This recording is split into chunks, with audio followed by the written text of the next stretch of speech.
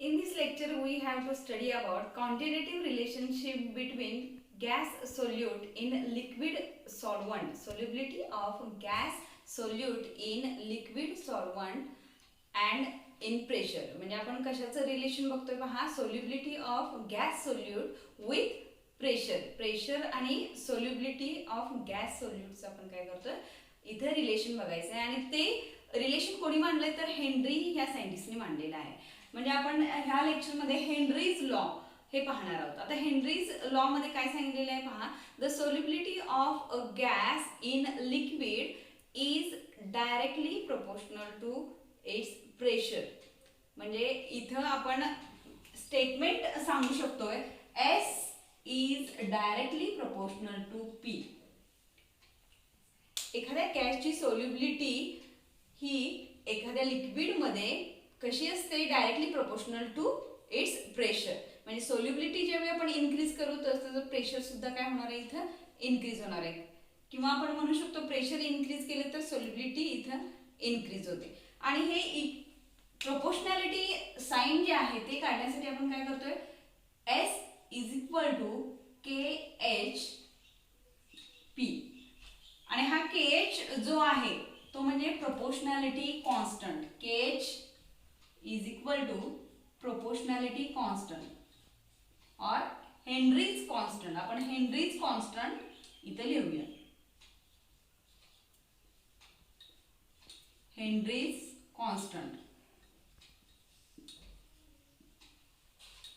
ठीक आहे. आता के एच हा जो आहे त्याचं युनिट आपण काढायचं आहे, फाइंड आउट करायचं. आपल्याला इथं ह्या इक्वेशन मधून माहित झालं असेल S solubility of a gas, K H Henrys constant and P is pressure of that gas. ठीक आहे.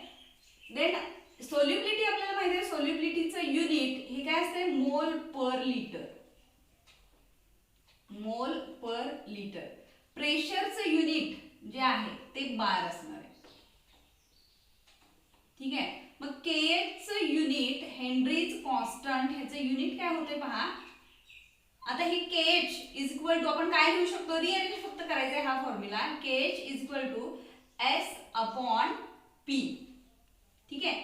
देन युनिट इथे लिहू शकतो आपण. युनिट कोणकोणते, सोल्युबिलिटीचं युनिट मोल पर लिटर, मोल पर लिटर अपॉन प्रेशरचं युनिट बार. म्हणजे के एच हेनरीज कॉन्स्टंटचं युनिट इथे काय होते पहा, मोल पर लिटर पर बार. ठीक आहे. आता इथं ह्या लॉ मध्ये काय सांगितलेलं आहे, सोल्युबिलिटी ही गॅसची एखाद्या लिक्विड मध्ये directly proportional to its pressure, प्रेशरशी डायरेक्टली प्रोपोर्शनल असते हे सांगितलेलं आहे. पण एक्सेप्शन केसेस काही आहेत त्या कोणत्या आहेत पाहूया आणि ह्याच्यावरती आधारित असणारे न्यूमरिकल्स हे आपल्याला पाहायचे आहेत. आता एक्सेप्शन केसेस ह्या ज्या आहेत म्हणजे हेनरीज लॉ त्या केसेसने अप्लाय होत नाही. अशा केसेस कोणकोणत्या आहेत पहा. NH3 गॅस हा जो आहे ammonia gas, when dissolved in water it gives NH4 plus OH minus or we can say NH4OH. आपल्याला अमोनियम हायड्रॉक्साइड मिळतं. ठीक आहे. आता इथे लार्ज अमाउंट मध्ये हा अमोनियम हायड्रॉक्साइड हे जे आहे किंवा अमोनिया हा गॅस आहे तो जास्त प्रमाणात सोल्युबल असतो पाण्यामध्ये आणि हेनरीज लॉ हा जो आहे तो ह्या गॅससाठी ऍप्लिकेबल नाहीये. ठीक आहे. Then next example, CO2 plus H2O it gives H2CO3. आता इथेही तेच आहे, वरच्या लॉ मध्ये वरच्या रिएक्शन मध्ये जे सांगितलेलं आहे तेच ह्या रिएक्शन मध्ये ऍप्लिकेबल आहे. कार्बन डायऑक्साइड हा गॅस वॉटर मध्ये एक्सेस प्रमाणामध्ये काय मिक्स होतो त्यामुळे इथं कार्बोनिक ऍसिड आपल्याला मिळतं. म्हणजे हेनरीज लॉ जो आहे तो काय करतोय, ओबे करत नाहीये. म्हणजे एक्सेप्शन केसेस ह्या दोन सांगू शकतो. कोणकोणत्या, अमोनिया गॅसचं डिझोल्युशन अँड कार्बन डायऑक्साइडचं dissolution in water. Henry's law वरती आधारित काही न्यूमरिकल्स आहेत. त्याच्यासाठी बेसिक जे कन्व्हर्जन्स ऑफ प्रेशर हे आपल्याला माहित पाहिजे. म्हणजे प्रेशरचं कन्व्हर्जन आपल्याला प्रेशर बार मध्ये, ऍटमॉस्फिअर मध्ये किंवा टॉर मध्ये हे माहिती आहेत, पण त्यांची कन्व्हर्जन्स कशा पद्धतीने पद्धतीने असतात हे माहीत असणं गरजेचं आहे, तरच आपण न्यूमरिकल काय करू शकतो, सॉल्व्ह करू शकतो. ठीक आहे. आता इथे काही सिक्वेन्स दिलेला आहे, ऑर्डर दिलेली आहे पहा. इथे ही ऑर्डर जी आहे डिक्रीजिंग ऑर्डर इथं दिलेली आहे. म्हणजे सगळ्यात मोठं जे युनिट आहे ॲटमॉस्फिअरचं आहे, 1 ॲटमॉस्फिअर. ठीक आहे. इथं आपण लिहूया इथे खाली 1 ATM. Then bar 1 bar is equal to किती असते पहा, 1.01325. ठीक आहे. देन PSI हे जे आहे ते 14.7 इतकं असतं आणि टॉर जे आहे ते 760 mmHg इतकं असतं. आणि पास्कल मध्ये 1 ॲटमॉस्फिअर इज इक्वल टू किती पास्कल असते ना, 1.01325 इंटू 10⁵. आणि हे कोणाबरोबर असतं, 1 pascal is equal to newton per square metre इतकं असतं.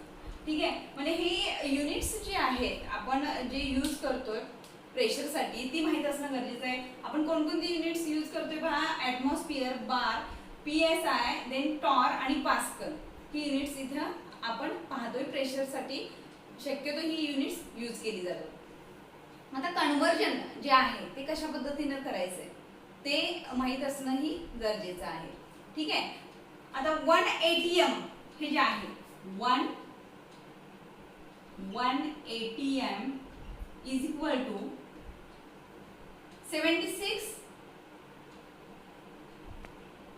cm of Hg असं लिहू शकतो आपण. Then 1 ATM is equal to 760 mm of Hg हे लिहू शकतो. Then 1 ATM is equal to 760 torr हे लिहू शकतो आपण. Then 1 ATM is equal to 14.7 PSI हे असू शकतं. म्हणजे आहे. ठीक आहे. 1 ATM is equal to 14.7 PSI and 1 ATM is equal to 1.01325 into 10⁵ pascal. आणि किलो पास्कल मध्ये हेच कसं होतंय पहा, 101.325 किलो पास्कल. ठीक आहे. आता कन्व्हर्जन करायला सांगितलं तर आपण कशा पद्धतीने करू शकतोय पहा. 1 ATM हे आता इथलं कुठलंही युनिट असेल आणि त्याचं कन्व्हर्जन आपल्याला 1 ATM मध्ये करायचंय किंवा ॲटमॉस्फेरिक प्रेशर मध्ये आपल्याला करायचंय कन्व्हर्जन. 760 mmHg. ठीक आहे. आपल्याला जर प्रेशर इथं mmHg मध्ये दिलं असेल, न्यूमरिकल मध्ये आपल्याला प्रेशर मिलीमीटर Hg मध्ये दिलं असेल तर आपण काय करायचं आहे, ते जे आहे ते आपण काय करायचंय, वरती घ्यायचं, न्यूमरेटर मध्ये घ्यायचं. ठीक आहे. न्यूमरेटर मध्ये इथे घेऊया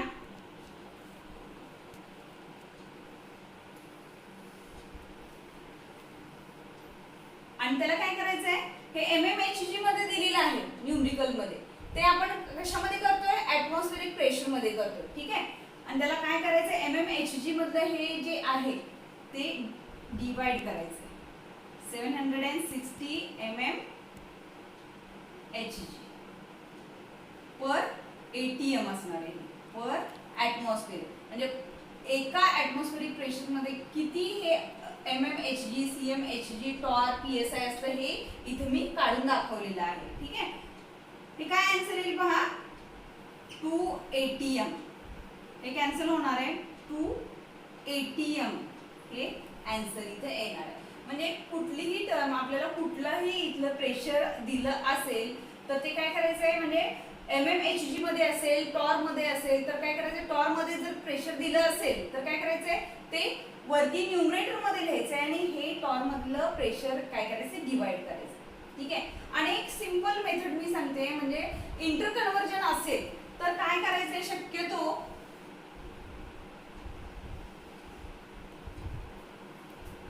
लार्ज स्केल जे असतं एल आणि ते कन्वर्ट आपण स्मॉल मध्ये करायचं असेल, स्मॉलर क्वांटिटी मध्ये जर कन्वर्ट करायचं असेल तर काय होतं पहा, इथं आपण काय करायचं, त्याला मल्टिप्लिकेशन.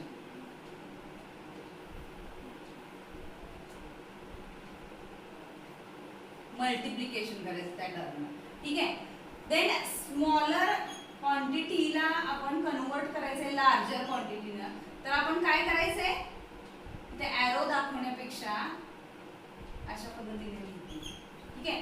स्मॉलर क्वांटिटीला आपण लार्जर क्वांटिटी मध्ये कन्वर्ट करायचंय, तर तिथे काय करायचंय, 1000 असेल किंवा 100 असेल, कोणती जी टर्म आहे त्यानं काय करायचंय, डिवाइड करायचंय.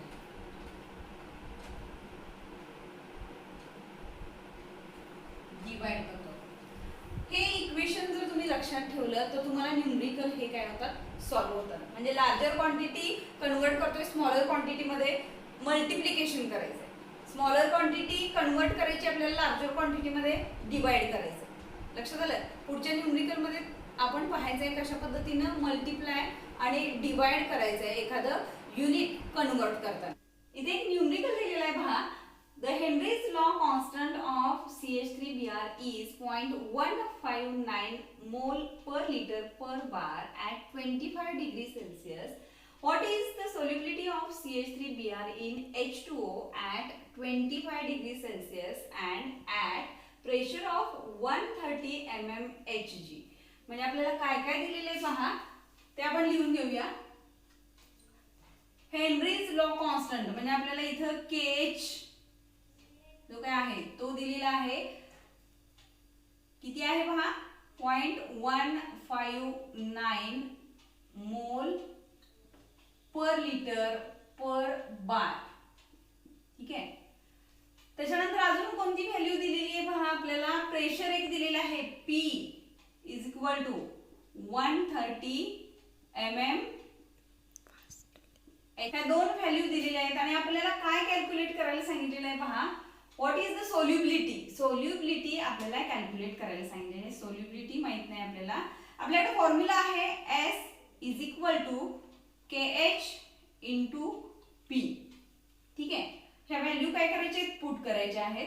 पण ऍटमॉस्फेरिक प्रेशर मध्ये आपल्याला पहिल्यांदा काय करायचंय, प्रेशर हे काय करायचंय, कन्वर्ट करून घ्यायचंय. ठीक आहे. Then S is equal to काय होईल, S इज इक्वल टू आता KH घेण्या अगोदर 130 mmHg जे आहे त्याचं कन्वर्जन आपण काय करायचंय, ऍटमॉस्फेरिक प्रेशर मध्ये करून घ्यायचंय. काय करणार आपण, 760 mmHg न डिवाइड करणार आहोत. मग सांगितलेलं आहे मी कन्वर्जन कशा पद्धतीने करायचंय, पर ATM इथं असणार आहे. म्हणजे ही टर्म कॅन्सल होणार आहे आणि इथे काय शिल्लक राहणार आहे पहा, इथे ही जी व्हॅल्यू आलेली आहे ती किती येते, 0.171 ATM येते. ठीक आहे. आन्सर आपलं इतकं येते. सोल्युबिलिटी पहिल्यांदा कॅल्क्युलेट करत नाही आहोत, फक्त कन्वर्जन करूया. ठीक आहे. आता हे जे आहे ATM चं बार मध्ये कन्वर्जन करायचंय, कारण का आपल्या KH मध्ये काय आहे, बारचा उल्लेख आहे. त्यामुळे ही व्हॅल्यू जी ATM मध्ये आलेली आहे ती कशामध्ये कन्वर्ट करूया, बार मध्ये कन्वर्ट करूया. आणि त्याच्यासाठी काय लागणार आहे पहा, ATM मध्ये दिलेली आहे ती बार मध्ये करायची. म्हणजे ATM हे मोठं आहे. ठीक आहे. लार्ज टू स्मॉल आपण काय करायचं, मल्टिप्लिकेशन करायचं. कशाने करायचंय, 1.01325 याने काय करायचंय, मल्टिप्लाय करायची ही व्हॅल्यू. मग आपल्याला काय मिळणार सांगा, 0.171 इंटू 1.01325 मल्टिप्लिकेशन केल्यानंतर आपल्याला किती व्हॅल्यू मिळते पहा, बार मध्ये. हे बार पर ॲटम पर ॲटमॉस्फिअर असणार आहे आणि हे काय असणार आहे, ATM मध्ये आता कॅल्क्युलेट केलेलं आहे वरती, ते ATM मध्ये. ठीक आहे. ही व्हॅल्यू जी आहे ती किती मिळते, 0.173 बार इतकी मिळते. ठीक आहे. आता ही व्हॅल्यू जी मिळालेली आहे प्रेशरची, ठीक आहे, पहिल्यांदा आपण प्रेशर कॅल्क्युलेट करतोय आणि मग ही प्रेशरची ही कन्व्हर्जन झालं सगळं, हे टोटल कन्व्हर्जन झालेलं आहे बार मध्ये आणि ही व्हॅल्यू जी आहे ती ही वरच्या इक्वेशन मध्ये आपण काय करायचे, पुट करायचे. ठीक आहे. देन हे इक्वेशन कसं होईल, के ची व्हॅल्यू आपल्याला माहित आहे 0.159 मोल पर लिटर पर बार. ठीक आहे. इंटू काय करायचंय, हे बार मध्ये आलेले प्रेशर करायचंय. ठीक आहे. 0.173 बार, बारला बार निघून जाणार आणि हे जे आन्सर येते ते किती येते पहा, 0.0271 मोल पर लिटर. ठीक आहे. सोल्युबिलिटी किती आली, 0.0217 मोल पर लिटर इतकी येते. म्हणजे तुमच्या लक्षात आलं असेल, पहिल्यांदा आपण काय केलेलं आहे, इथं प्रेशर हे जे आहे ते कन्वर्ट केलेलं आहे. MMHG मधलं प्रेशर आपण ATM मध्ये कन्वर्ट केलं आणि ATM मधलं परत काय केलं, बार मध्ये कन्वर्ट केलं आणि बारचं प्रेशर हे काय केलं, ह्या इक्वेशन मध्ये पुट केलं. के ची व्हॅल्यू इंटू प्रेशर इथे घातलं आणि मग सोल्युबिलिटी आपल्याला इथे मिळाली किती आहे, 0.0217 मोल पर लिटर.